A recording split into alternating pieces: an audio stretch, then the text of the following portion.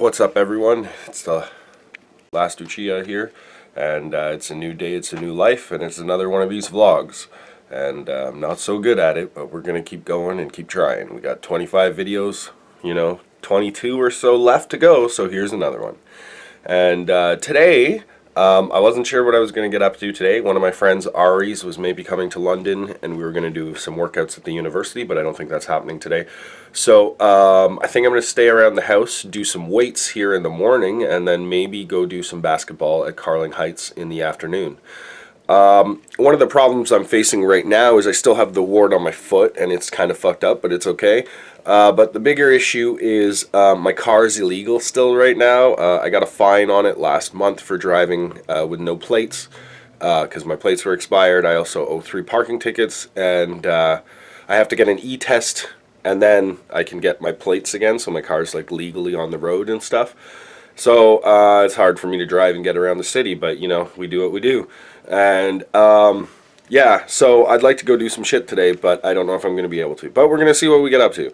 Right now I'm here at home. I got up around 6:30 this morning, 7 o'clock, because this guy had woke me up early for food. He put that little bracelet in my bed, and he started scratching the heck out of my arm, so I would throw him his bracelet, because that's what he does. But yeah, they got their breakfast, and now they're on their lunchtime, and I'm just going to get a workout here, and I'm on my breakfast time, so I'll get back at you. Apparently my cats want to become YouTube stars because they're just all over me when I have the camera on. I don't know why they like the video camera so much, but they're big fans of the video camera, I guess. What's up, Pando? What's up, baby girl? Oh, you're a cutie. Yeah, you're so adorable. Dad, you need to say hi to the internet. Hello, internet. I'm a cat. You like me? Hey, baby boo. They like you. Okay.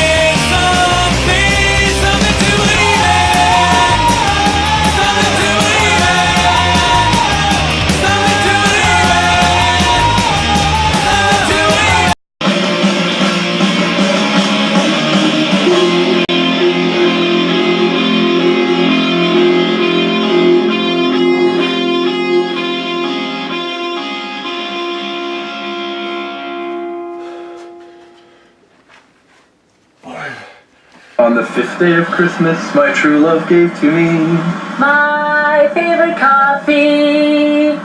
Impressive. Share the holiday spirit with a $1 McCafe Premium Roast Coffee, now until December 10th. Any size, including new extra large.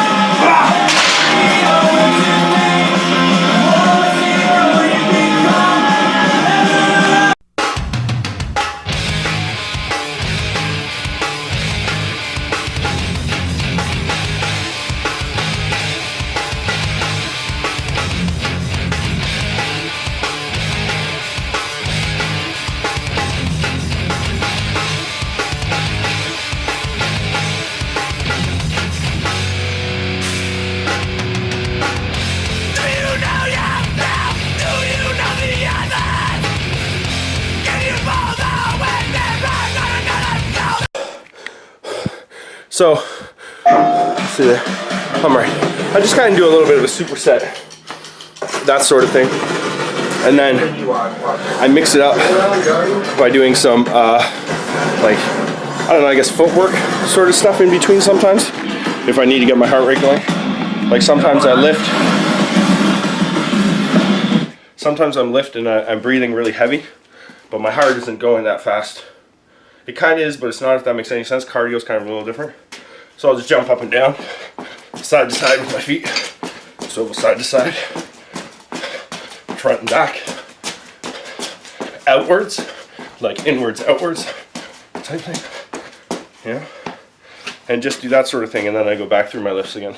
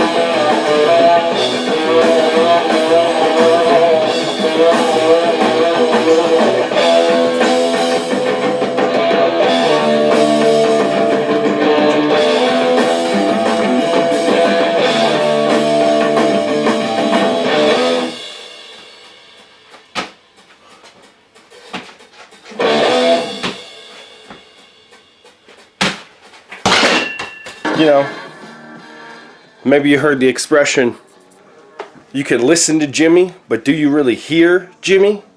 Right? It comes from the movie White Man Can't Jump. But what, you know, Wesley Snipes' character was talking about, maybe somebody not understanding the cultural expression and the historical significance and political connotations to artistry such as Jimmy and other people in that generation. 68 was the year that lit the world on fire. You had, you know, the assassination of Martin Luther King Jr., Bobby Kennedy, you had the war in Vietnam, you had unjust social issues in terms of police brutality and segregation in terms of power in communities, and people just decided to get together and take to the streets, and you had outbreaks everywhere where, you know, slogans were like all power to the imagination, all power to the people, and struggle, peace and struggle, love and rage, and a lot of artists are continuing that today. So when y'all are listening to music and stuff like that, maybe don't be so judgmental morally in terms of what some people, you know, some of the lyrics or whatever, but maybe just try to understand things from a political struggle sort of perspective, and also in terms of cries for freedom and authenticity. I'm having breakfast, and I went on social media, and, oh, is this zoomed in? Is this zoomed out? What's going on? So, something kind of ridiculously hilarious and awesome happened to me, and I figured I would share it with y'all. Why not, right? Because it just makes for better vlogs and easier for me. So, I was part of the social activist, social movement, anarchist community, whatever you want to call it, for a long time. And me and my best friend, my former partner, shouts out to Louisa, we had started a anarchist free school project, basically a community that would meet together every Wednesday night for a period of, I don't know, it was like 5:30 to 10:30 or like 6 to 11 or something like that. And we do community generated programming, so whatever people wanted to book the space for, you know, we would help them, help facilitate and run for them, you know.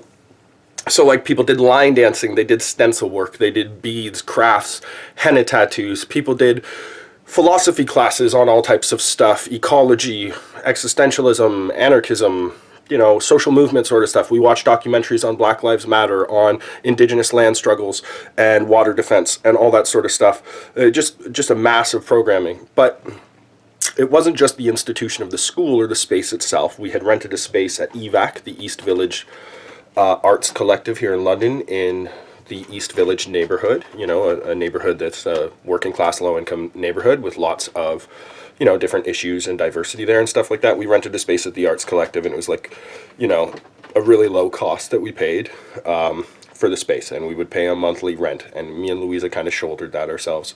The original structure of the school was that everyone was going to participate and donate money as they could, you know, from their needs to their abilities sort of vibe, and people just kind of fell by the wayside, but there was a need for this community and this space, so we just kind of went ahead and did it anyways. And it was Louisa, myself, and another community member named Janny Bearden, who actually passed away. Super cool, older lady. I used to have a picture of her up somewhere, but it's not here right now.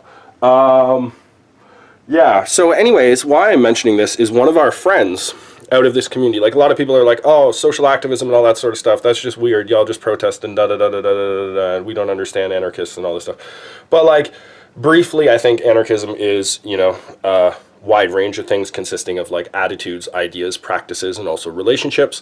And, you know, always changes and goes between those things. But, like, if I could just broadly define it for myself, I would look at it in terms of the widest amount of personal freedom and authenticity for myself, provided that I'm not infringing on other people's freedoms and authenticity, and also there has to be some form of collective measure of accountability without any coercive forms of structural violence, physical violence, and those sorts of things. You know what I mean? So, like, something happens in our communities, rather than calling the police or rather than beating each other up, we can, like, you know, deal with it ourselves within our communities. We go confront people, and we deal with it in a verbal sort of way as best as possible. And obviously, if, you know, there's some passion that pops off and people pop fists or something, that's fine. But, you know, no institution involved, no utensils against our community either, you know, that sort of vibe. But why I'm saying this right now, and I know I'm going a little long with this, is a community member had to actually leave where I live and go to another part of my country, Canada, because of stuff going on in her life and whatever. But out of our community, she really kind of discovered herself, and she went to do some cool stuff. And she just sent me this on social media, and it was a weird sort of thing to have breakfast to, but cool. And I just wanted to show people that anarchism can be really cool when you're fighting for people's freedoms and helping to support them in struggle. Some really cool stuff can happen, so I just wanted to show you. Yeah. So, this is called Baby It's Cold Outside. And it's, I don't know, some kind of dance thing here. You can see that?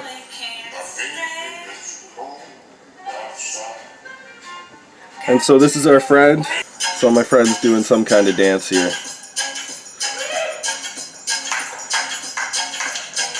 I'm actually gonna have a bite on my toast.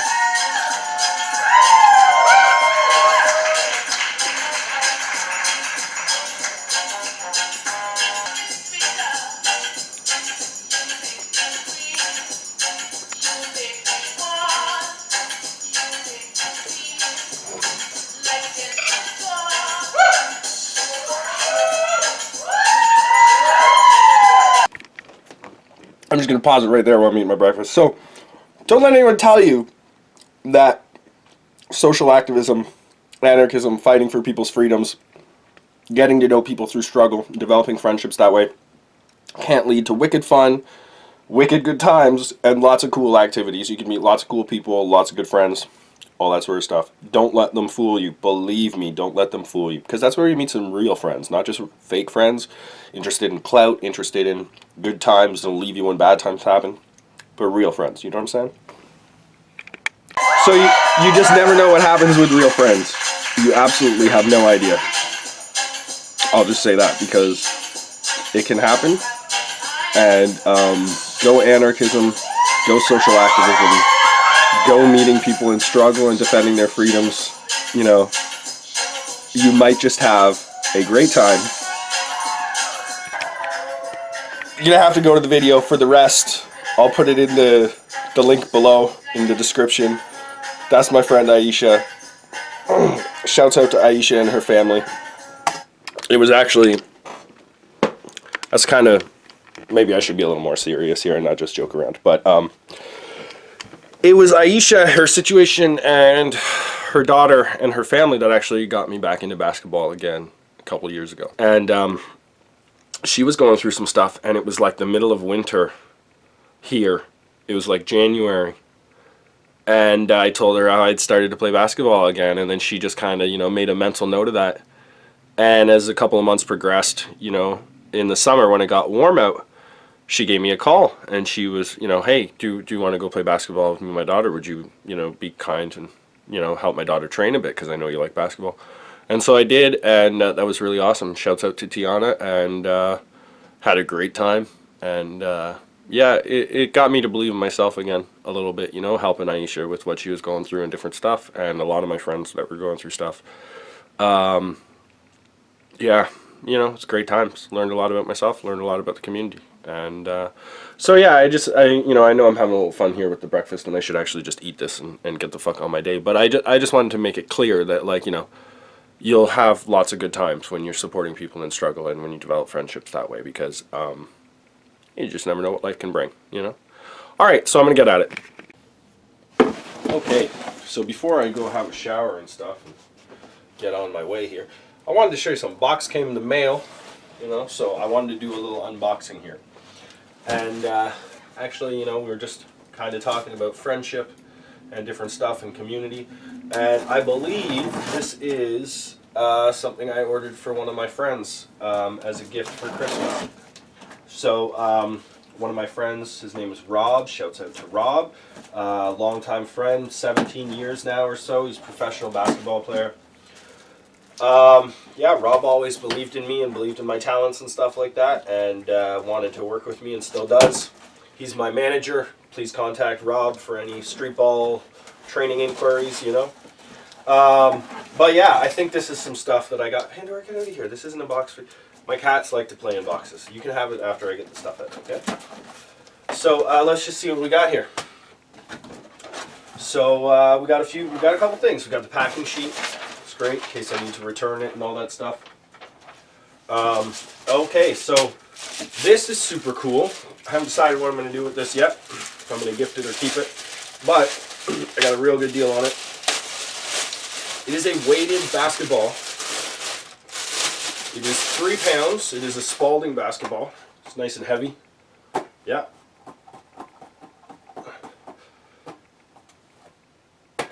This is actually perfect. It looks exactly like a real basketball to the T. You know, no deceptions there. It doesn't. It says NBA trainer, but it doesn't say the weight or anything. So when somebody goes to pick this up, they'll probably have an awful shock. You know, when they're not used to it. But this is just like a regular ball. No mocks, no difference. Wow, it is heavy though. It's 3 pounds. So there's that. NBA training ball, 3 pound ball. There you go. Yeah. So let's get to it. I ordered shoes for Rob. First of all, like, I have a size 13 foot. I'm a wide footer, but he has size 15, size 16 feet, depending on the shoe. And so it's really difficult to get. One time he came to London and we went to like 5 stores, and it took us like 3 hours before we could get like a pair of training shoes. Not even basketball ones, but training ones so that he could play and hoop. So yeah, I wanted to get him something nice. He doesn't like, you know, he's not a sneakerhead basically. He's not into all the tech and all that stuff. But I wanted to get him a pair of shoes for his days off when he has to go work out or shoot around and he's really tired and sore, that have really good cushion. And so I got a really good deal on the Adidas Crazy Explosive, size 16, all red edition, full length boost, solid rubber red outsole with the coral traction pattern. The solid color outsoles are better than some of the translucents in this one. Yeah, this is this year's model, the 2018. It's not prime knit, it's just you know, like the synthetic or the textile, whatever they call it. But yeah, man, size 16 is a big ass shoe. It's 3 sizes bigger than mine. But hopefully he enjoys this. So this is what we got for my dude.